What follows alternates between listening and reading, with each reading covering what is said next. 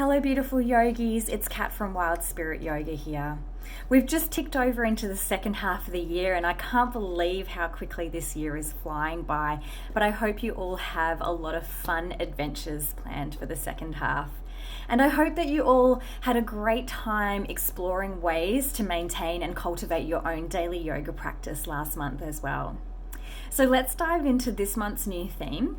This month, we're going to be focusing our practice inside and outside of class around two very important concepts within the yogic tradition, and they are Sthira and Sukha. And these are two Sanskrit words which are mentioned within the Yoga Sutras. And the Yoga Sutras are kind of a guideline to leading a meaningful and purposeful life on and off the mat, mainly off the mat actually. They were written by the great sage Patanjali and have been translated and interpreted in many different texts in modern day. And I'm actually going to be referencing this particular text today. It's called The Secret Power of Yoga by Nishala Joy Devi, and it is more of a female perspective, more of a feminine interpretation. And there are many different types of interpretation. Guys, if you are looking for a bit more of a masculine interpretation, there is also this one here. This is by Dennis Hill. And more than anything, it's just what feels right for you and which one you find resonates with you more and that you find easier to understand more than anything. And I've read both and I do personally find that this one speaks to me more. But like I said, it's really up to you.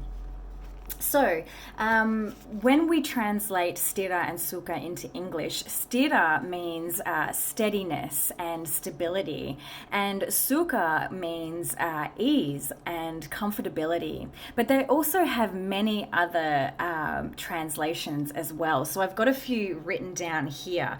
Sthira can also mean firm, compact, strong, steadfast, static, resolute, and courageous.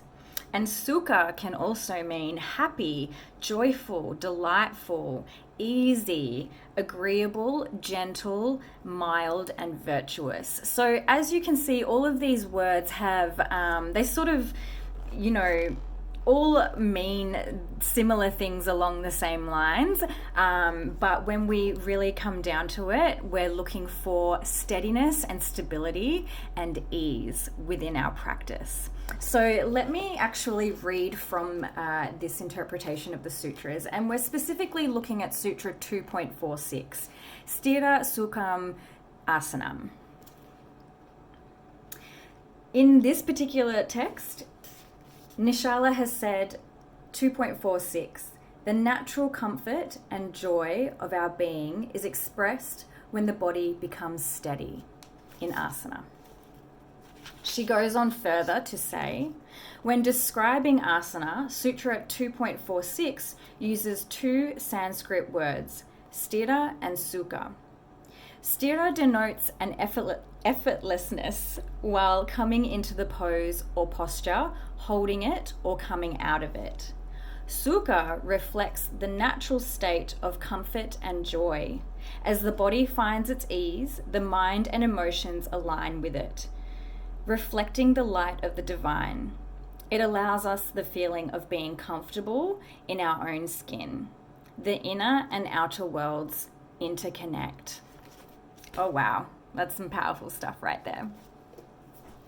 So Patanjali, the great sage, really didn't mention that much about the asanas when he or she wrote the Yoga Sutras. And really, he or she was working towards achieving meditation or a comfortable and steadfast posture to hold in meditation. But in today's modern society, really, we sort of forget about a lot of the other aspects of yoga and really do just focus on the physical physical postures, the asanas. And so when we talk about Sthira and Sukha, we really are relating this back to the physical postures.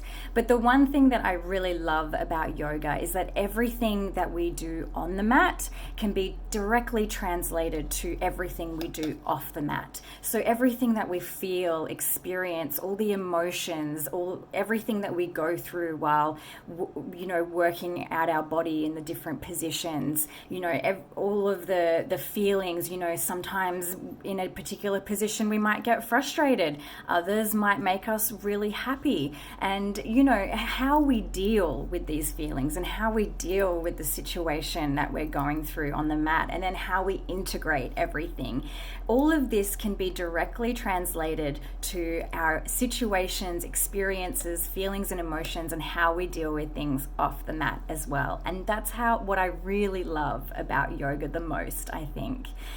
So when we talk about Sthira and Sukha in relation to our physical posture practice, our asana practice, really we're trying to find that really fine balance, that sweet spot, as I like to call it, between our mind, our breath, our body, and our soul.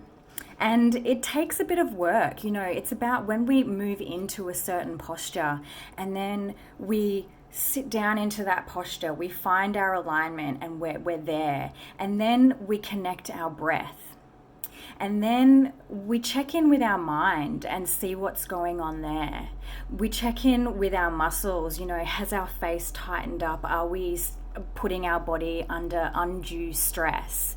And then we integrate everything together, and then hopefully our soul aligns within that position too. And this is what happens in every single asana, every single posture that we perform, whether it's an easy sitting position, or whether it's a warrior position, or whether it's one of those other positions that we might find a little bit more difficult, like pigeon or wide-legged position or shoulder stand or any of these other types of postures.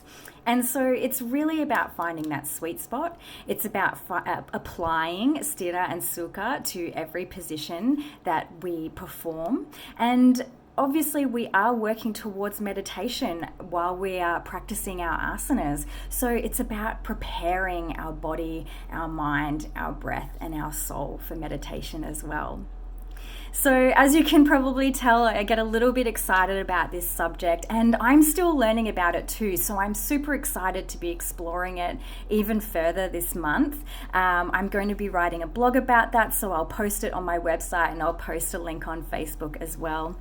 And I'm also going to be spending more time within the group that I've created for my business Facebook page. So that's called the Wild Spirits, and it's basically a community group where we can all come together and talk and connect and share and support each other through our yogic and life journeys. And I am definitely going to be spending more time in that group rather than on my general Facebook page, and I will be posting more about this month's theme in that group. So please join up and get connected with us, and let's share all of our experiences, our thoughts, and even if you have any information that you want to share about your findings about Sthira and Sukha, please go right ahead.